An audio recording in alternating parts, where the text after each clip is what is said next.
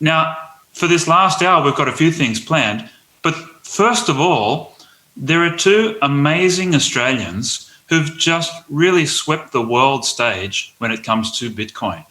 And Naomi Brockwell and Stefan Livera, we're going to go to an interview where Naomi's going to interview Stefan about what Bitcoin is and why libertarians should take it seriously. So we're going to go to that video now, and then we'll see you again here in the studio very soon.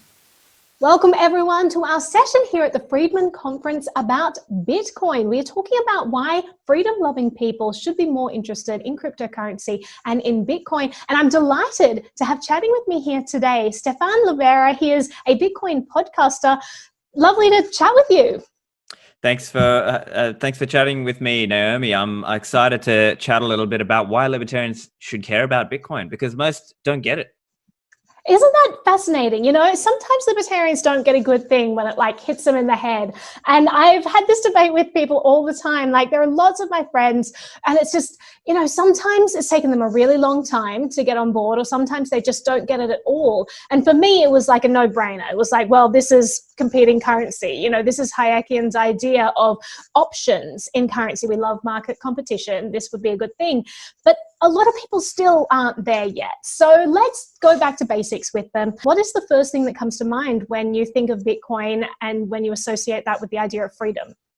Right. So I would say the best mental shortcut, if you will, is digital gold, right? So think of it as like, it's like a long-term savings technology, but it is outside the power of the government to inflate that money. And so that's probably it's not 100% precise, but that's probably the main easy way to think about it. So imagine if you could easily transact and nobody could stop you.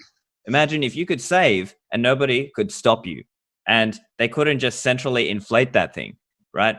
And it's something that you can have. It's almost like a digital property right. It's digital scarcity. And this is an incredible innovation. And if you are a libertarian, anti-central banking, anti-large government, this will force governments to become smaller. Now, that's a longer term thing, but I truly believe that is an outcome if more people start actually saving into Bitcoin.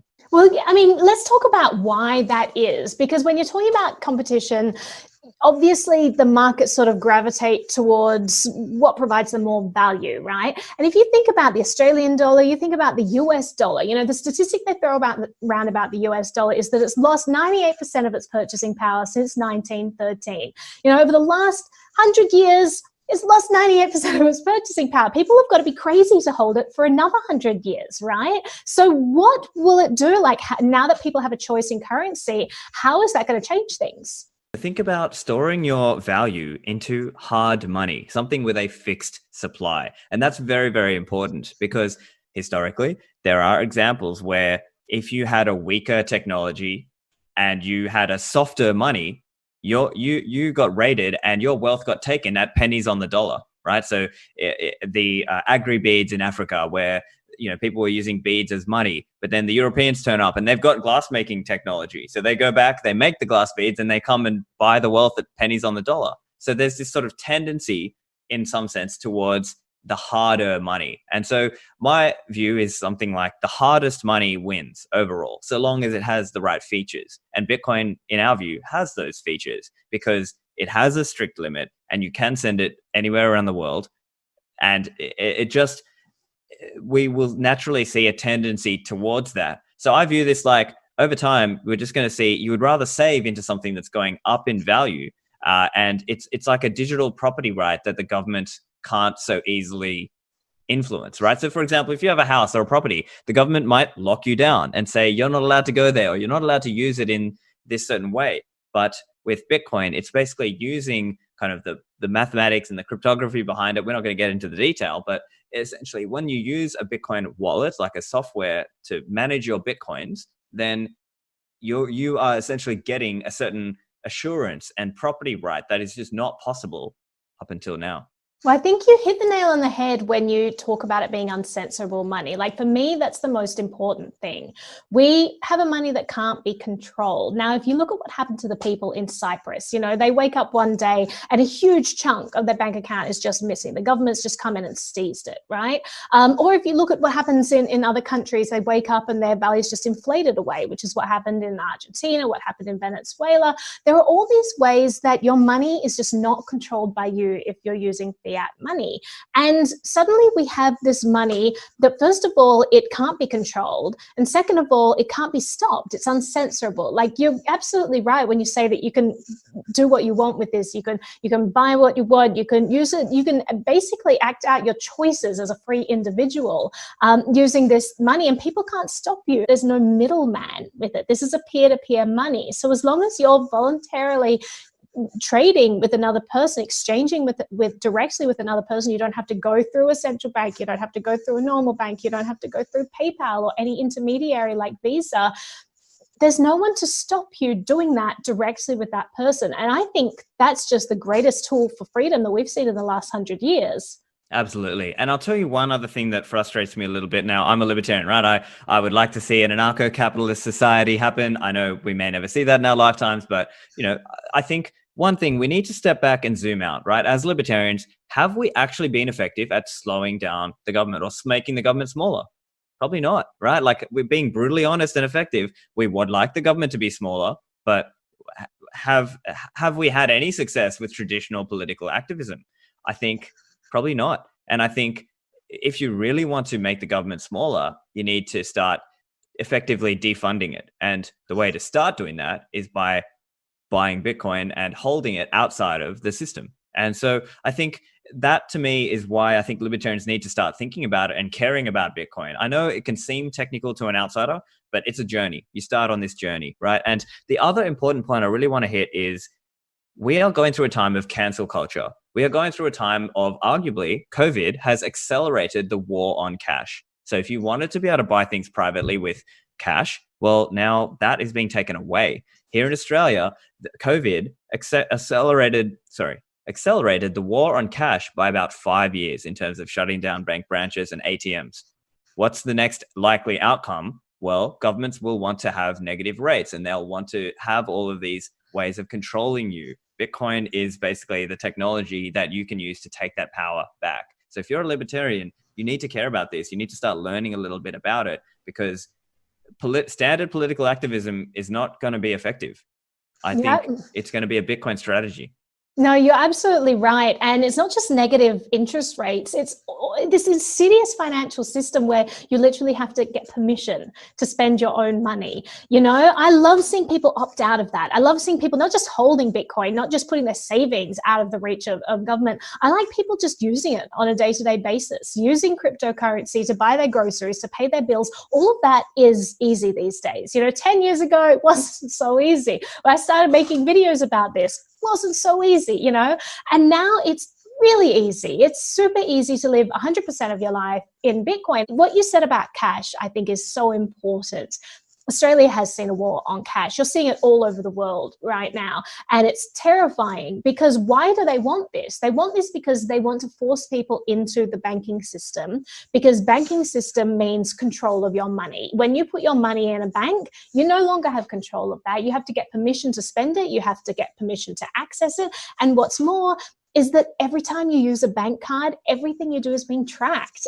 I'm sorry, but I don't want to live in a world where all of my actions and financial choices are being tracked. I'm not doing anything wrong, but, I'm not doing anything wrong when I go to the bathroom either, but I still close the door. I value a private space in my life. And so I just think it's so important that people embrace what cryptocurrency can offer, which is basically a way to have digital cash in an internet world. When you can't pay with physical cash, you want to be able to pay with the money that is peer-to-peer on the internet. And Bitcoin allows you to do that.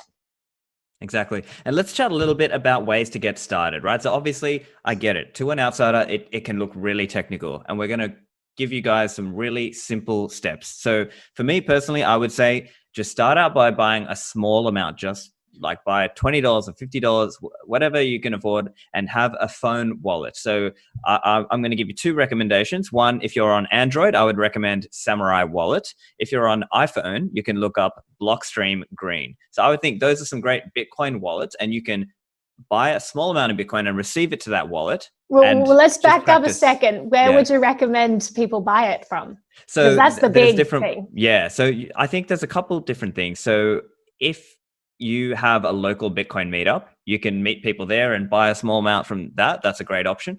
Depending on where you are around the world, there are different Bitcoin exchanges. So if you're in the US, a good one would be Swan Bitcoin. Another one is River Financial. Another one is Cash App. If you have Cash App, you can buy Bitcoin directly in there. So basically, if you look up Bitcoin exchanges in your local area or in your country, you will be able to find a way to buy some Bitcoin. And then it's a process where it's sort of like buying stocks in some way, because you might be transferring fiat money, Australian dollar, US dollar, into that exchange, buying that Bitcoin, and then withdrawing that Bitcoin to your wallet that you've set up on your phone, for example. And that's just kind of a few steps around getting started. But I think a good way is going to your local Bitcoin meetup, if you have one, and meeting people in person, or reading a little bit about it as well. So you might read a book, or you might listen to a podcast, or watch a YouTube video about Bitcoin. What are some suggestions you have, Naomi? I would say earn it. I would say that's the best way, because when you go through exchanges, that's a kind of tricky realm these days. You've got all these KYC requirements, and again, it's a way for people to track your money. So right off the bat, I've always tried to find platforms where I can earn cryptocurrency, not necessarily Bitcoin, because once you have cryptocurrency, it's really easy to interchange between them. So I find sites like on Brave browser, for example, just from people visiting my site, I get a bunch of donations in basic attention token that I can change straight into any currency that I want. So I use the Uphold wallet there, and it allows you to accept any currency. You'll be given basic attention token, but it'll go into your wallet in whatever currency you want. So that stuff like that is super easy. If you're a content creator, I put all of my stuff on places like Steam. Float is a great way. It's like a crypto Patreon. I have a site called Cointree, cointr.ee, and it's a place where people can go and just send you tips if they like what you're doing. If you've written a paper or you've published a video, they can just go and donate. So there are lots of ways that you can just start earning it, and you don't even have to go near exchanges. But let's take a step back again, because I want to go back to why this is important for freedom-loving people, and why people may not understand why this is such a game changer. So I think that what a lot of people say is that they don't understand the value of Bitcoin. They say there's like nothing, backing it. And that really kind of does people's head in, because people who love freedom, they tend to love gold, and they tend to love gold because it's a hard money. And I think we've got to start transitioning how we think about Bitcoin, right? Because gold isn't backed by anything either. Gold is the asset, right? And Bitcoin is the asset. And what's valuable about it is that you can transfer it to anyone across the world without it ever being censored, at very low costs and near instantaneously. So that is an incredibly powerful tool. If you think about all the people across the world who need to move money around and who have a lot of trouble doing it, that's incredibly powerful and valuable right there. But I just think that, why is it that people miss that value? For me, it stems back to people not necessarily understanding how their normal fiat money works in the first place, right? And the way I would think of it, it's like, you don't have to be a mechanic to drive a car, right? But what happens is people have maybe been sold the wrong pitch about Bitcoin. They've been told too much about the technical details of how the car works and how Bitcoin, you can almost take it like a little bit of a black box that just works in terms of Bitcoin, right? I mean, it's not like you understand the intricacies of how the Federal Reserve gives money to the banks, and the people don't really dig into that level of detail. It's more about what they can use this thing for. And I think it just comes down to understanding that it's more about viewing it as a monetary technology, if you will. That's kind of the way to think of Bitcoin, rather than getting too caught up into technical details, which obviously we can go into, but that's not the relevant part that you need to think about. And that's why I think it's good to read and learn a little bit more about Bitcoin. Things like the Little Bitcoin book or the Bitcoin Standard are some good examples of books that you can read that will teach you a little bit more exactly about how to think about Bitcoin. And I think, like you said, it's because people are trapped in a mindset of thinking, oh, it's not like stocks, it doesn't have a dividend, or it's not like bonds, it doesn't have an interest rate.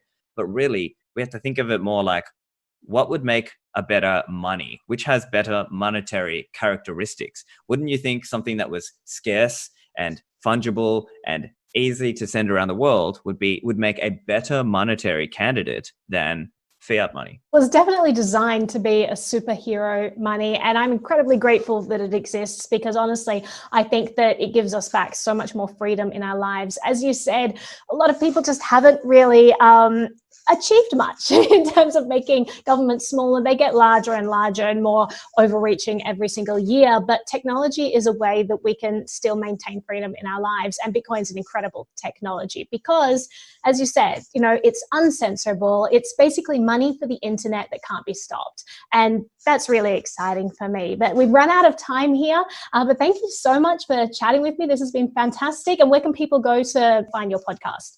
Of course, yeah. So find me at stefanlivera.com. You can find me on Twitter or YouTube or on your podcast apps. And basically, you can learn just by listening from the first episode, and you'll learn a bit more about the technology and the money side, the economic side of Bitcoin. Thanks for having me. Thanks for being here.